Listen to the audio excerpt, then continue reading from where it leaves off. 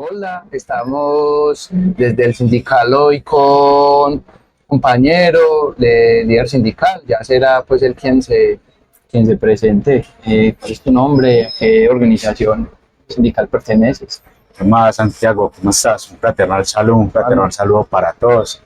Mi nombre es Juan Esteban Gómez Suárez, soy del Sindicato Nacional Sintra y Magra, subdirectiva seccional Medellín. Somos un sindicato nacional de trabajadores del sector agropecuario, agroalimentario, alimentario, bebidas, afines y similares Sintra y Magra. Somos un sindicato a nivel nacional. Estamos en varias ciudades del país. En estos momentos no tengo memoria en qué ciudades estamos, pero somos un sindicato muy representativo a nivel nacional. ¿Qué empresas así conocidas o digamos, que trabajadores de qué empresas, digamos, agrupa, por ejemplo, esta organización sindical? Sí, tenemos trabajadores en Colcafé, aquí en la ciudad de Medellín.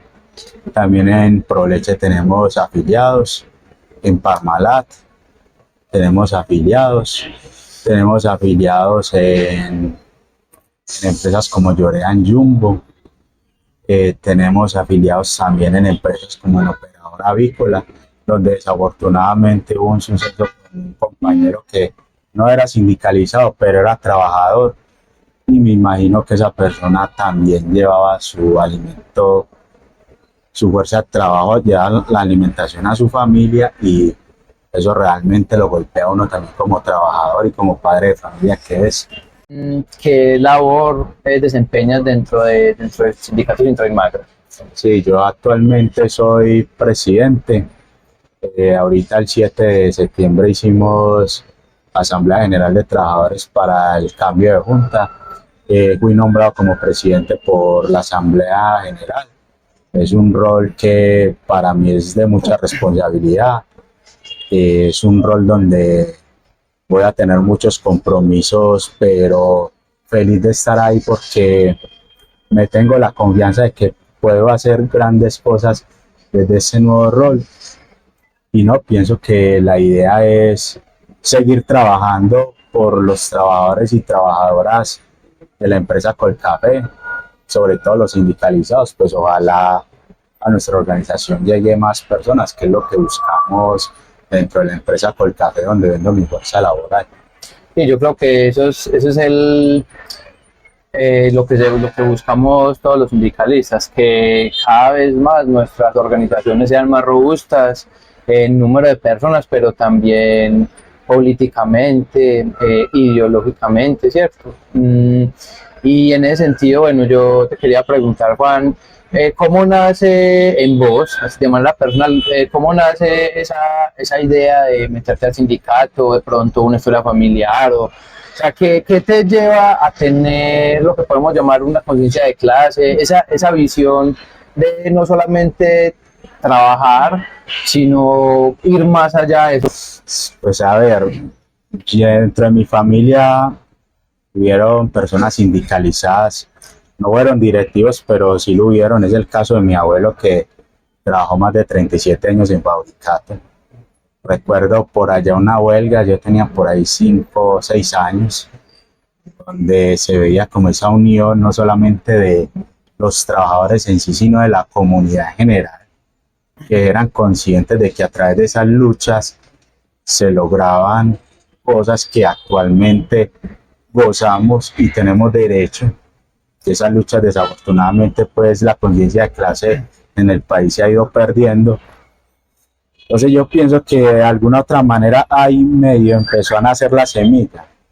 Sin embargo, pues mira que en todas las familias, y eso se ve aquí en Colombia, el sindicato está muy marginado, donde nos tratan de que quebramos empresas, de que desafortunadamente a veces nos han tratado de guerrilleros, que es algo que es un estigma, pues, que desafortunadamente le han quitado la vida a muchos sindicalistas con el estigma de que somos guerrilleros.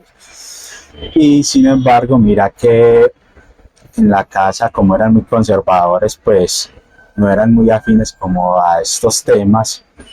Pero yo fui estudiante también de la Universidad de Antioquia, estudié como 4 o 5 semestres. Desafortunadamente por temas personales tocó dejar mis estudios. ¿Se estudiaba, Juan? Estudiaba ingeniería de alimentos. Ah, qué bacano. Usted sabe que la Universidad de Antioquia es una universidad revolucionaria, las Epa. más revolucionarias del país, y ahí fue como volviendo a nacer esa semilla. Resulta que yo llegué a Colcafé en el año 2008.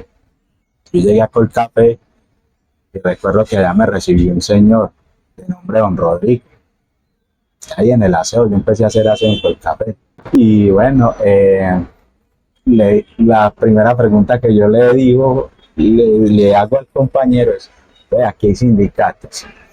Y ese señor me dijo, y hermano, aquí está prohibido hablar de sindicatos. Ay, hermano. Entonces yo le decía, pero ¿cómo así? Es que eso es un derecho constitucional. No sé, mijo, pero aquí está prohibido.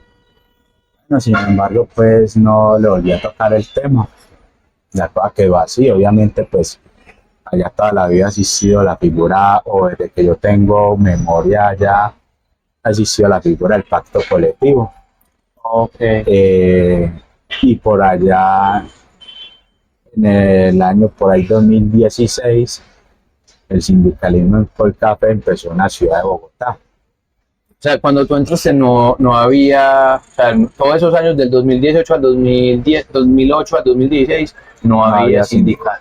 No, inclusive esa palabra era prohibida mencionarla en Colcafé. Pues en Colcafé en ningún momento podías hablar de sindicato porque eso era como clavarte una lápida para ser despedido, ¿cierto? Eh, entonces esa ha sido la percepción en Colcafé, porque desafortunadamente todavía eso sigue pesando, y eso ha sido una de las razones por las que no hemos crecido, porque en Colcafé aún falta mucha cultura sindical. Si bien es cierto, pues en los últimos años hemos tenido un crecimiento considerable, aún falta esa cultura como de estar sindicalizados, como de estar en la lucha colectiva. Y es por lo que te mencioné antes de iniciar la entrevista, que desafortunadamente la cultura sindical en Colombia se ha perdido. Sí, no es un asunto solamente de X o Y empresa, es en general. Exactamente, entonces pienso yo que esa ha sido una de las razones por la cual ha pesado hacer sindicalismo no solamente en Colcafé, sino en Colombia.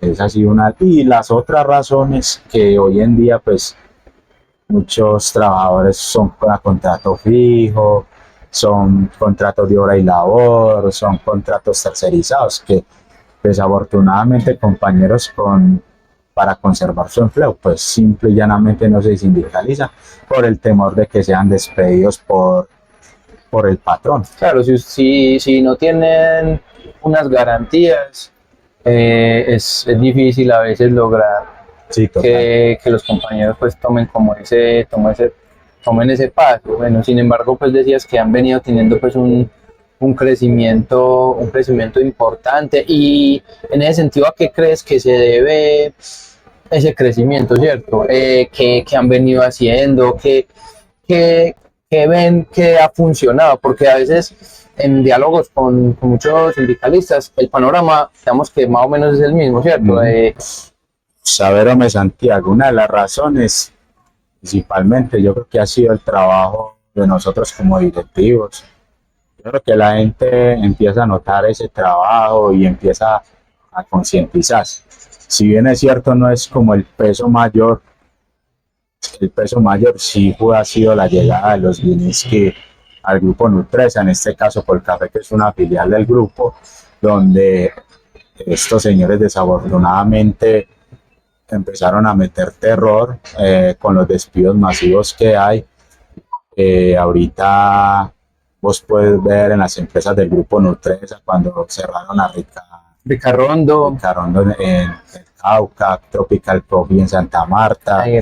Ahorita a estas compañeras y compañeros de Zetas colombianas, donde arbitrariamente les están ofreciendo prebendas para renunciar y prácticamente las están persiguiendo. Lamentable hecho.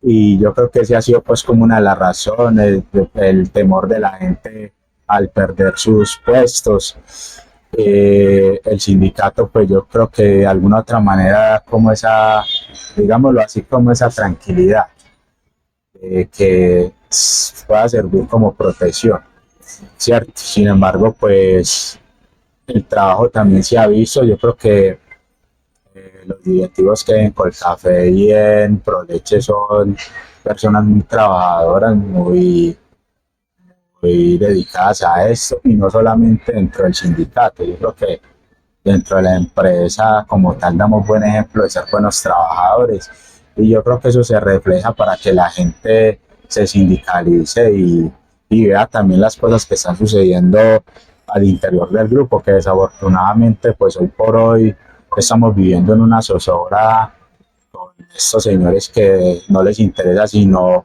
acumular riquezas, y la parte laboral pues no les importa nada. ¿Qué podemos esperar pues de este señor Gabriel? Creo que se llama Gabriel Gabriel. Gilinski, sí. Sale en una foto con un genocida que está matando niños allá en Gaza, junto con el otro señor Iván Duque, que Sí. en la protesta le sacó os a los jóvenes. Entonces, ¿qué podemos esperar de un señor que apoya a un genocida en Medio Oriente? ¿Qué podemos esperar nosotros de los trabajadores? Ahí no hay moral, No hay consideración de ningún tipo, no hay. Sí, totalmente.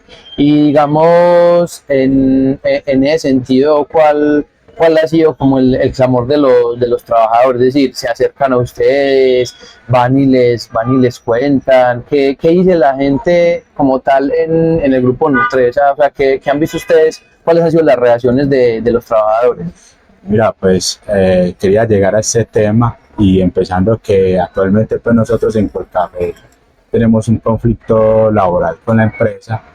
Presentamos pliego ahorita el 9 de mayo, el 25 empezamos negociaciones, si la memoria no me falla, el 20 de junio, bueno, fue en los meses de junio, sí, que iniciamos negociación.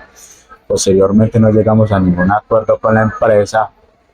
¿Y qué decían ellos? ¿Cuál era el argumento de la empresa para no llegar a un acuerdo? El argumento simplemente, te voy a poner un ejemplo, por ejemplo en el tema de una nivelación salarial, no era viable, o sea, no presentaban ni siquiera una propuesta formal, simplemente se cerraban en lo que no era viable. Lo mismo en el transporte. Mira que el transporte actualmente está en un programa que se llama EFR, que por cierto, pues por ahí fuentes muy confiables nos dicen de que ya Colcafé presentó la no certificación de dicho EFR. Es una empresa más familia en España. Y la empresa actualmente da el transporte, pero no lo quiere convencionar. Que lo quiere dejar como una liberalidad. Exactamente, también estamos pidiendo una indemnización salarial, que es para despidos sin justa causa.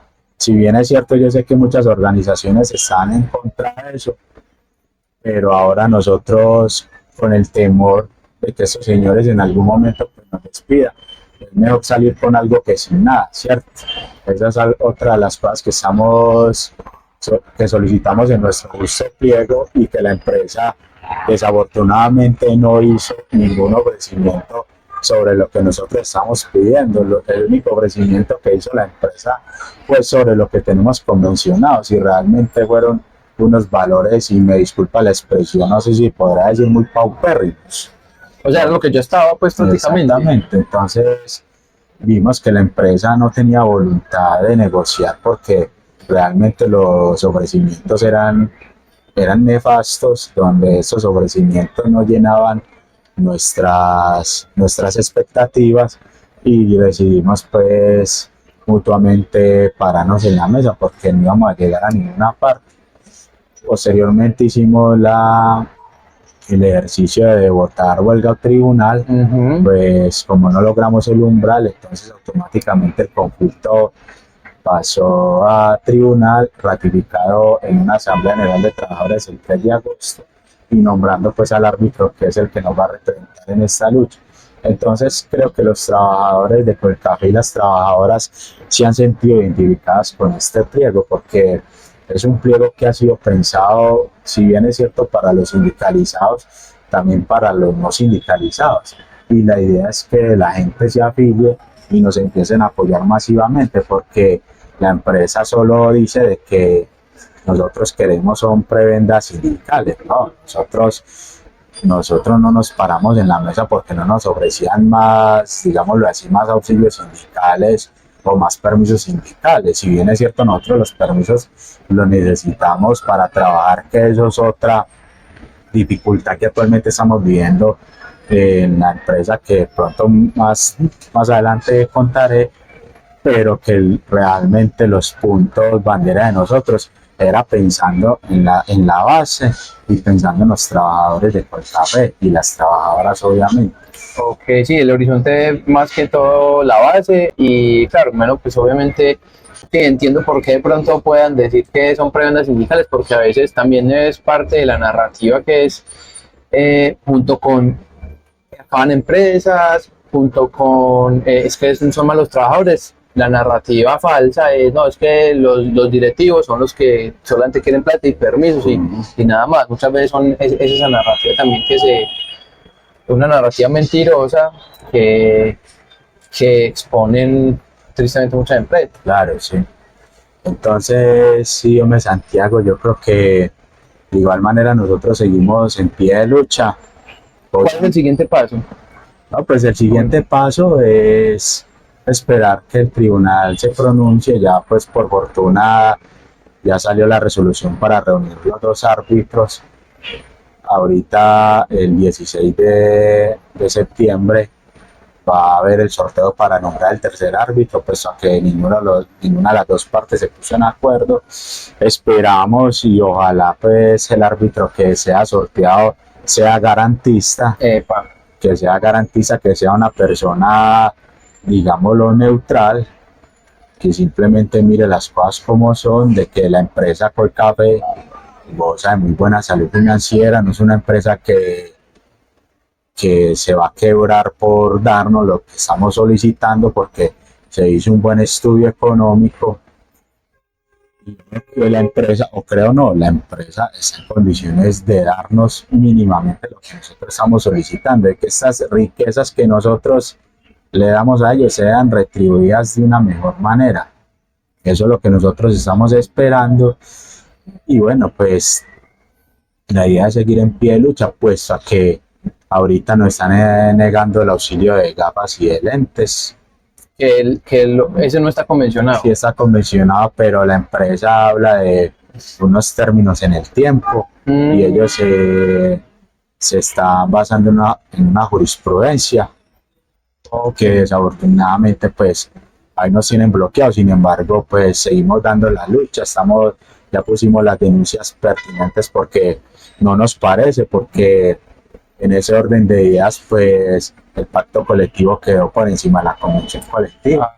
Entonces, algo que ellos actualmente están desconociendo la convención colectiva, diciendo de que no tenemos convención colectiva, desconociendo el artículo 462 del Código Sustantivo de Trabajo en el inciso 2, donde menciona que la convención colectiva sigue vigente a pesar de estar en tribunal, en conflicto. Entonces, estamos en esas tareas. Lo otro es que también nos están negando los tiquetes aéreos, que ahorita nos hemos perdido varias actividades en Bogotá, precisamente porque nos están negando los tiquetes aéreos. Sin embargo, pues nosotros seguimos ahí en pie de lucha, seguimos resistiendo, porque tampoco nos vamos a vender por migajas. Sí, claro, total. Y eso ahí, Juan, es algo muy importante, porque, digamos, ser sindicalista no es solamente tener una visión del puesto de trabajo, sino un asunto mucho más general, mucho más global, mucho más, porque, digamos, usted y yo trabajamos en una empresa, ¿cierto? Pero la riqueza que se genera a partir de nuestro trabajo beneficia beneficia a los dueños de esa empresa, que muchas veces ni siquiera gente colombiana. Es decir, la riqueza que hoy se está generando en Colombia, muchas veces se va para afuera. Ni siquiera queda aquí en el... Y otra cosa que decías ahorita, que la empresa, digamos, tiene la capacidad en este momento, y la ha tenido, de responder frente a las exigencias. Obviamente, este grupo Gilinski no va a comprar una empresa que no sea rentable, partamos de ahí. O sea, un empresario no va a comprar, un grupo empresarial no va a comprar una empresa si esa empresa da pérdidas. Si la compra es para que genere. Claro, totalmente. Entonces ahí también es una cosa importante al respecto. Otra cosa que también iba a mencionar y no está de menos es que las empresas del grupo Nutresa, entre esas Colcafé, a través de la reducción laboral 2101 del 2021, pues no la están cumpliendo. Ellos dicen que la están cumpliendo a través de la alimentación, de años del tiempo de alimentación, que están cumpliendo. Y exactamente, y esa no es el espíritu de la ley, ¿cierto? El espíritu de la ley es que tengamos más tiempo con nuestras familias, más tiempo para nosotros, más tiempos como para capacitarnos, no sé. Y las empresas del grupo Nutresa, entre esas, porque no está cumpliendo. Tristemente, pues a nosotros nos archivaron la querella argumentando de que no veían que la empresa de Colcafé fuera merecedora de una sanción.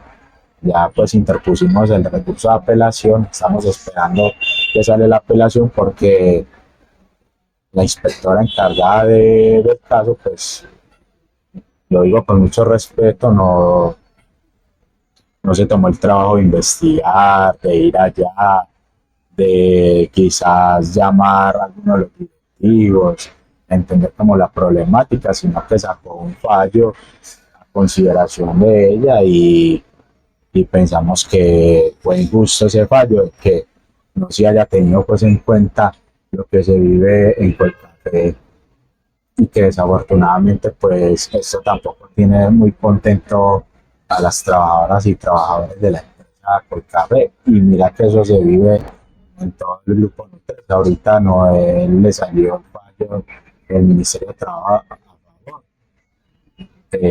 Ahorita están esperando A favor del sindicato. Sí, a favor del sindicato, de las organizaciones sindicales que hay dentro. Tienen presencia también Central Magra también tiene presencia en la Noel. No, en la Noel no, Central Magra no tiene presencia. Ah, ok. Del grupo Nutresa tenemos presencia en Café, en Doria, y no recuerdo la otra en estos momentos, pero se me vienen a la mente estas dos empresas que Central Magra presente al interior de ellas. Ok, bueno, ahí mencionabas pues como alguna de los retos, la oportunidad, las dificultades que se enfrentan ustedes. ¿Qué otras cosas, digamos, vos ves en el día a día hoy, 2025? ¿Cuáles son como esos retos, esas oportunidades, esas dificultades también que se viven desde el ejercicio sindical en tu experiencia? Pues a ver, hombre, yo diría que una de las dificultades, una de las principales dificultades que yo noto a nivel sindical, y eso es a nivel de Colombia, pues falta mucha cultura sindical, y esto en gran parte pues ha sido, digamos que el Estado pues nos ha hecho mala publicidad. Ahorita pues contamos con un gobierno progresista, que las cosas no han cambiado para las organizaciones sindicales, desafortunadamente, porque todavía ha quedado ese eco de gobiernos atrás. Y por otro lado, son instituciones que generar el cambio toma tiempo y que muchas veces son paquidérmicas. Ajá. Y muchas veces inclusive dentro de esas mismas instituciones se encuentran personas que yo lo digo por conocimiento, aliados y con amistades muy cercanas en las empresas, en los grandes grupos empresariales. Entonces, en ocasiones ve uno que ciertos funcionarios del Ministerio del Trabajo, uno de pronto indaga un poco y conversa con ellos y ve que de pronto no hay otros, hay unos grandes funcionarios, pero hay algunos que uno sí ve que de pronto no tienen esa perspicacia, no tienen un interés de ayudar, espíritu de ayudar, sino es más un burócrata, un funcionario que va a hacer su trabajo y le importa muy poco que vaya más allá, digamos, de su labor o que si puede o no perjudicar a los trabajadores. Sí, total. La otra dificultad que yo veo, y este es un llamado también para los sindicalistas que van de salida, es que no se lleven el conocimiento. El conocimiento, si ustedes dejan la semilla, yo creo que eso va a crecer de generación en generación. Y eso tristemente, yo creo que también ha tenido que ver que en el sindicalismo en Colombia no crezca, porque muchos directivos, y me disculpa la expresión, son egoístas para enseñar, como con el temor de que les quiten el puesto, con el temor de que les quiten un fuero. Entonces yo diría que no como enfocarse en eso, porque es que, o sea, ustedes se llevan el conocimiento y quién más va a quedar ejerciendo la función sindical. Si un compañero sabía hacer una estabilidad laboral reforzada por una denuncia, es que Ola no sabía y ya se fue, ahí quedamos embalados. O sea, el llamado es eso, a que las organizaciones sindicales que tienen ya compañeros ya de salida, pues que no se lleven su conocimiento, que lo compartan, porque vienen futuras generaciones y eso también anima a que futuras generaciones se afilien y sigan en esta lucha, porque si las cosas van a seguir así, pues estamos sentenciados a desaparecer. Sí, yo creo que de hecho eso que señalas, ese relevo, estamos en un momento de un relevo generacional, ahorita lo hablábamos, hay compañeras que les tocó la lucha de los 80, los 90, y muchos de ellos ya están de salida. Ahí es, digamos, pienso yo que es muy importante ser muy estratégicos, que las organizaciones sindicales podamos hacer un relevo generacional estratégico, porque realmente yo sigo viendo este tema con esperanza, y es si el neoliberalismo avanza, yo creo que del mismo pueblo sale, y en este caso del pueblo trabajador va a salir también esa resistencia. Yo creo que lo que pasó en el estallido social en el año 21 y años anteriores, yo creo que es una muestra de que la gente tampoco es boba, ¿cierto? Y yo creo que eso es un reto, y ahí ya te quiero hacer la pregunta: ¿cuáles crees que son como esos retos? Ya señalaste un relevo generacional. ¿Cuáles crees que son los retos de aquí para adelante de las organizaciones sindicales? Porque, hombre, por ejemplo, nosotros somos jóvenes, nos queda mucho tiempo de vida laboral, y vamos a seguir aquí y queremos que esto siga creciendo, siga adelante, que bueno sería volver a tener una época de organizaciones fuertes. ¿Cuáles piensas que son como esos retos, o cuáles son como las perspectivas que vos ves como que, mira, esto me parece que es algo que debemos ponerle atención? Sí, hombre, yo pienso que otra cosa que ha matado a las organizaciones sindicales es como no querer como cambiar, es decir, usted lo acaba de decir, estamos en un cambio generacional. Hoy en día la juventud para leer es más bien flojo. Yo diría que esos espacios como videos explicando qué es un sindicato, eso puede llamar la atención. Y muchos sindicalistas, me disculpan nuevamente, pero no estamos generalizando, sino que mira que muchos se niegan como a ese cambio, de que todavía copian un repertorio largo y la gente no lee. La gente se entiende más con un video que le ilustre y que le llegue. Entonces yo pienso que eso puede ser un reto, y que organizaciones como la que usted pertenece, mira que ya le están jalando a eso. Entonces eso llama la atención, ¿no? Eso ya se volvió viral. Ahorita estamos en esta generación de la inteligencia artificial, de videos de TikTok, de las redes sociales. Y yo creo que tenemos que aprovechar eso a nuestro lado porque el empresario lo hace. Exactamente. Entonces, es una cosa que uno lo tiene a la mano. De pronto hace años usted necesitaba como sindicato de pronto invertir mucho tiempo, formación en ciertas cosas, pero hoy en día ya hay mucha más facilidad de pronto para formación, por acá, de comunicación, ¿cierto? Creo que esos son herramientas que también están a la disposición de uno como líder sindical. y lo otro que yo pienso, obviamente, pues yo creo que también depende de nosotros, es que el 2026 siga con un gobierno progresista. Porque es que si volvemos atrás, yo creo que se sabe que la derecha es vengativa. La derecha va a venir a acabarnos. Y no vamos a volver a tocar gobierno, quién sabe en cuánto tiempo. Entonces yo pienso que el 2026 va a ser clave seguir con un gobierno progresista, un gobierno que está a favor de las clases populares que tristemente hemos sido olvidadas por los gobiernos neoliberales, que han sido gobiernos que gobernaron fue para unos pocos y nos olvidaron a las clases populares.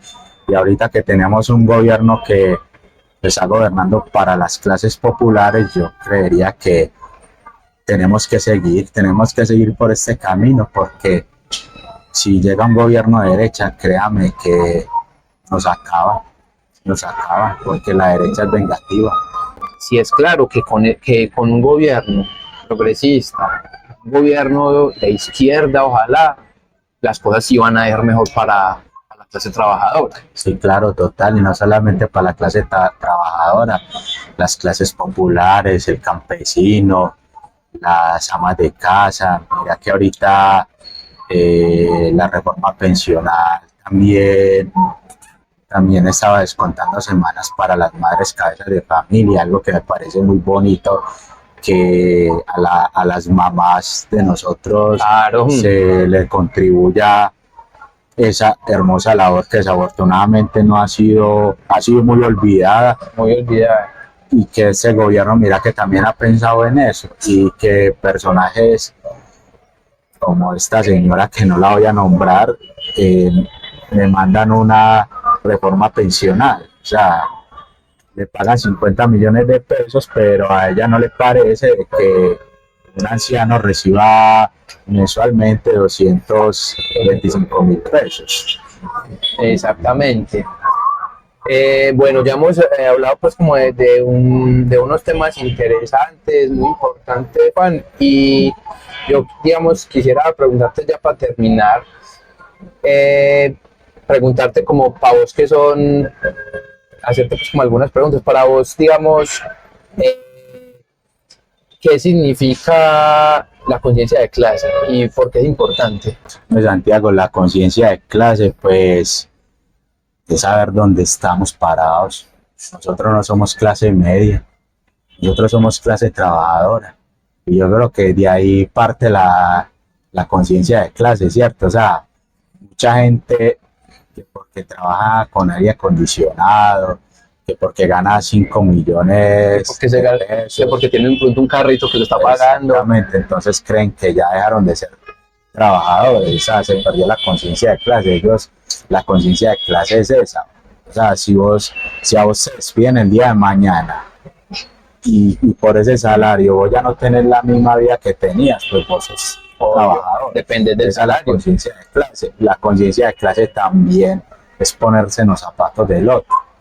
Es que si a mi vecino le va bien, a mí me va a ir bien.